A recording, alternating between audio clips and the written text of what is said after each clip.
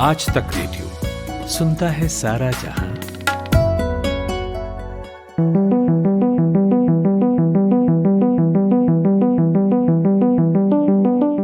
Corona virus के संक्रमण को लगभग 1 साल होने को है और अब सबकी नजरें इसके वैक्सीन पर टिकी हैं। कई कैंडिडेट वैक्सीन अपने ट्रायल के अंतिम चरण में हैं और कुछ काफी अच्छा रिजल्ट भी शो कर रहे हैं। इन्हीं में से एक है अमेरिकी फार्मा कंपनी फाइजर की वैक्सीन। अपने वैक्सीन को लेकर फाइजर ने हाल ही में 2 अनाउंसमेंट किए और दोनों सुकून देने वाले हैं।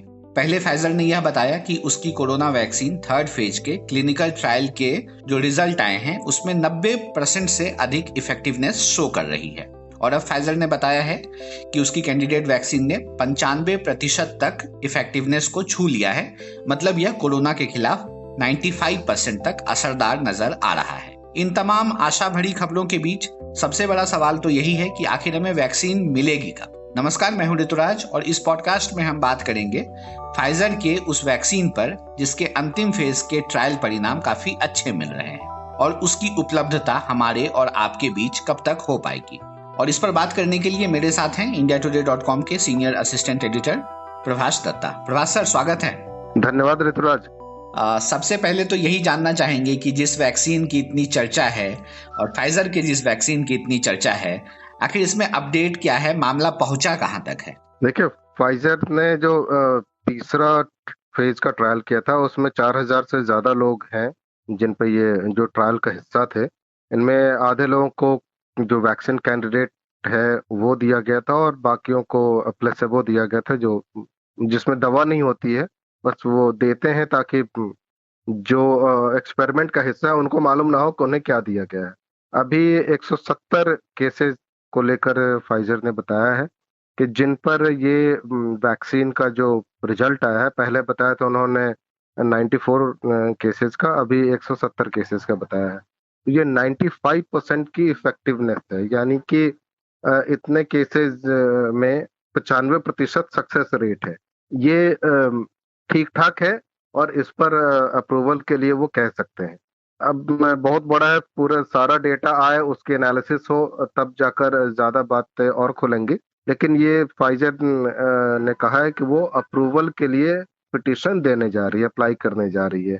जो यूएस में की एजेंसी है, रेगुलेटरी अथॉरिटीज है, उनको देंगे। अब यूएस की रेगुलेटरी अथॉरिटीज इसको इन्वेस्टिगेट करेंगी, इनकी क्लेम को एनालाइज करेंगी और फिर उसके बाद वो निर्णय लेगी कि इनको अप्रूव करना है या नहीं। ये भी अभी इमरजेंसी अप्रूवल होगा और इसके बाद ये कुछ सर्टेन ट्रायल से गुजरता है। आपको पता है कि कई स्टेजेस होते हैं वैक्सीन के आने के, और अप्रूवल के बाद भी अभी मैन्युफैक्चरिंग में जाना है। उस मैन्युफैक्चरिंग के दौरान भी रेगुलेटरी अथॉरिटीज नजर रखती हैं, इनको मॉनिटर करती हैं कि इनकी क्वालिटी वही रहे जो दिखाया गया है। और फिर उसके बाद जब एक बार मार्केट में आ जाती है वैक्सीन, लोगों पर जाने लगता है, तो एक 4th फेज ऑफ ट्रायल भी होता है जिससे ये पता चलता है कि वैक्सीन कितने लंबे समय तक दुनिया के लिए सुरक्षित है या हो सकती है। तो अभी ये जो अपडेट है वो अपडेट यहाँ तक है। ठीक है, ये तो हुई अपडेट की बात, लेकिन जो सबसे अहम सवाल जो हर कोई जानना चाहता है और जो सब कोई राह देख रहा है वो ये है कि कोरोना की वैक्सीन जो ये बनी है, जिसकी सफलता का जिक्र अभी फाइजर ने किया और आपने बताया, वो हमारे और आपके पास कब तक मिल पाएगी? देखिए, हमारे आपके पास यानी भारत में तो अभी वो सवाल थोड़ा बाद में वहां पहुंचते हैं। हाँ, भारत वाले सवाल पर बात पर लौटेंगे। जहां बन रहा है, एक्चुअली यूएस की कंपनी है, यूएस में ही बन हाँ, रही है, तो वहां पे इसका क्या स्टेटस है लोगों को मिलने में? तो अभी देखिए, इन्होंने कहा है कि क्रिसमस तक ये रोल आउट कर देंगे।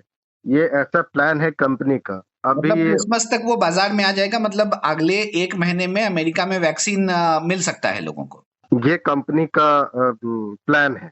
अभी इसमें दिक्कतें या स्टेजेस क्या गुजरनी है कि अभी इन्हें यूएस के रेगुलेटरी अथॉरिटीज से अप्रूवल मिलना है। वो अप्रूवल मिलने से पहले वो इनके जो डेटा है उनको एनालाइज करेगी, सेफ्टी स्टैंडर्ड्स देखेगी और फिर अगर वो संतुष्ट हुई कि हाँ ये सेफ है और इफेक्टिव भी है, तभी वो अलाउ करेगी।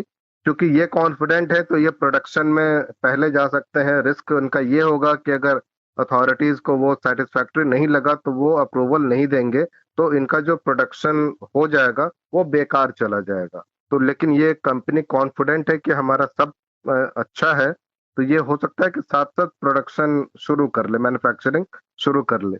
और उनको ये कह रहे हैं कि क्रिसमस के आसपास पहले डोजेस देने दिए जाएंगे, ये मार्केट में लेकर आ जाएगी।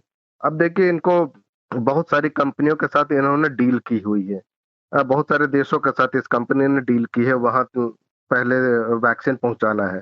तो यूएस में अप्रूवल के बाद हर देश में का अभी एक ड्रग अथॉरिटीज होता है, जो एक एडमिनिस्ट्रेटर होता है, वो उसको अप्रूव करता है। ऐसा नहीं है कि एक देश में अप्रूव हो गया तो वो दूसरे देश में ऑटोमेटिकली इस्तेमाल होने लगेगा।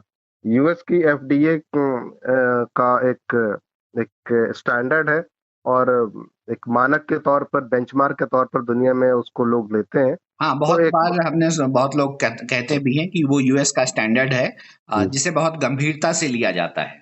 हाँ, तो एक बार वहां से वो ऑथराइजेशन हो गया तो वो बाकी दुनिया में उसके लिए अप्रूवल मिलना आसान हो जाता है। लेकिन ये अभी क्रिसमस से पहले तो नहीं आ रहा है, और क्रिसमस से पहले भी अभी प्रोडक्शन और सप्लाई को लेकर बहुत कॉन्स्ट्रेंट्स है।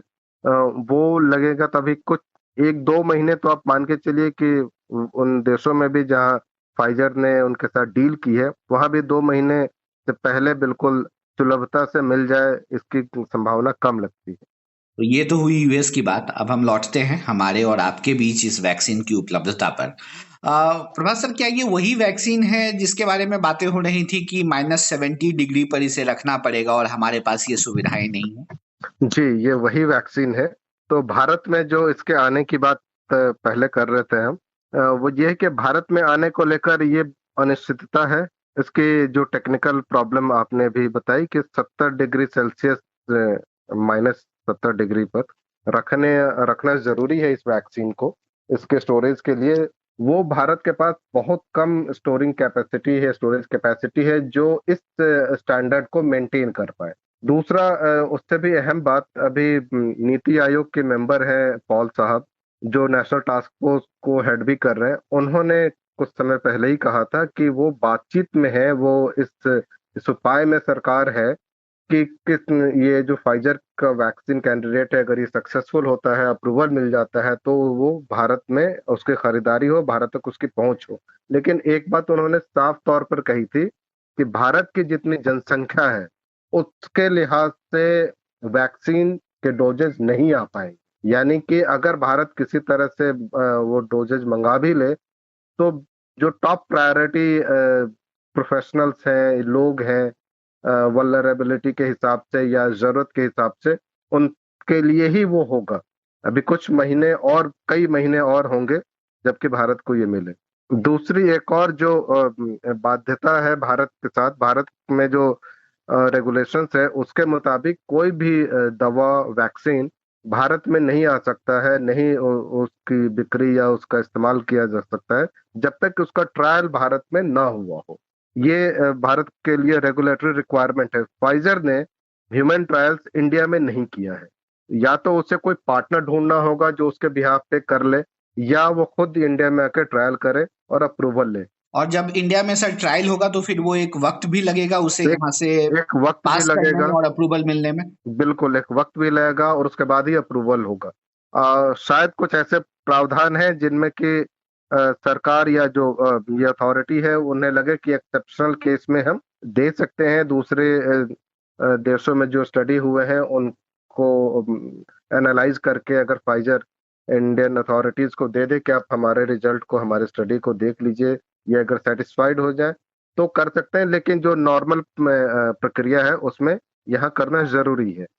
एक और अहम बात यह है इस वैक्सीन के सिलसिले में, वैज्ञानिक उपलब्धि भी है, और दूसरी तरफ थोड़ा सा रोड ब्लॉक भी है कि अभी तक किसी भी मैसेंजर आरएनए वैक्सीन को नहीं मिला है अप्रूवल।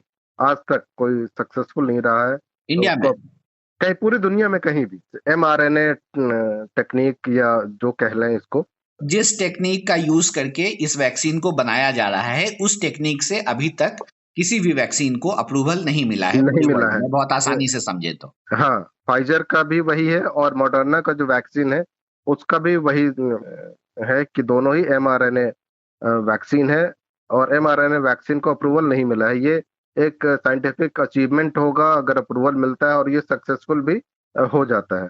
भारत की जहां तक बात है कि भारत को किन वैक्सीन कैंडिडेट्स पे ज्यादा भरोसा है, वो है 5 वैक्सीन कैंडिडेट्स। इसके बारे में हमने पहले के एक एपिसोड में बात की थी, जो सीरम इंस्टीट्यूट ऑफ इंडिया बना रहा है ऑक्सफोर्ड वाले वैक्सीन को, या फिर भारत बायोटेक का है, या जाइडस कैडिला का है, या डॉक्टर रेड्डीज लेबोरेटरीज का है, या बायोलॉजिकल ई का है। तो ये 5 हैं जिन पे भारत की नजर है, ठीक और है। इन्हीं से आने की उम्मीद है, क्योंकि भारत अगर फाइजर से डील कर भी ले और रेगुलेटरी अप्रूवल्स को बाईपास भी कर दे, तो भी फाइजर के लिए एक मैन्युफैक्चरिंग लिमिटेशन है, क्योंकि उन्होंने अमेरिका में, ब्रिटेन में, यूरोपियन देशों में, जापान के साथ और भी कुछ देशों के साथ समझौते कर रखे मतलब हैं। बहुत सारे देशों के साथ ऑलरेडी फाइजर ने डील साइन कर रखी है कि डील अगर कर रखी वैक्सीन है, बनता है तो वो उन्हें पहले देंगे।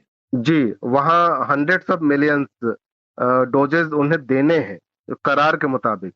अब भारत अगर बाद में करार भी करता है तो कंपनी का रेपुटेशन स्टेक पे होगा अगर वो भारत को प्रायोरिटी पे दे दे, जो अच्छा, अमूमन कंपनियां नहीं करना चाहती हैं, क्योंकि उनका इन्वेस्टमेंट या उनका जो फ्यूचर उनकी अपनी बिजनेस पॉलिसीज होती हैं, उसमें वो रुकावट बन जाती है। कमिटमेंट लेकिन है एक तरीके से, उन्होंने पेपर जी, साइन किया हुआ है उन देशों के साथ कि अगर हम बनाएंगे तो सबसे पहले आपको देंगे। हाँ नहीं, हाँ, पहला जिनके साथ हुआ उनको देंगे, उसके बाद दूसरे का, तीसरे का, और चूंकि हर देश को अपनी पूरी जनसंख्या के लिए चाहिए, और रातों रात आज अप्रूवल मिला और अगले दिन फाइजर के पास उतने डोजेस तैयार नहीं होंगे। जो सबसे ज्यादा वैक्सीन सबका प्रोडक्शन सबसे ज्यादा करती है बनाने वाली कंपनी है, वो भारत में है। भारत में सबसे ज्यादा डोजेस बनते हैं, लेकिन भारत के साथ उसका करार नहीं है, तो उसके पास एक मैन्युफैक्चरिंग और फिर लॉजिस्टिकल इश्यूज भी हैं जो डिस्ट्रीब्यूशन को लेकर होंगी। तो आज हमने फाइजर की जो वैक्सीन है और उसकी जो सफलता की जो बातें सामने आ रही हैं, हमने उस पर बात की, और इसमें हमने इंडिया के पहलू को भी समझा कि हमारे बीच यह वैक्सीन कब तक आ पाएगा और इस राह में क्या क्या रोड़े हैं। प्रभास दत्ता थे हमारे साथ। शुक्रिया सर अपना समय देने के लिए। शुक्रिया ऋतुराज। कैसा लगा आपको हमारा यह पॉडकास्ट? कोई सुझाव हो या कोई शिकायत तो लिख भेजिए हमें। हमारा ईमेल पता वही है, radio@aajtak.com। शुक्रिया।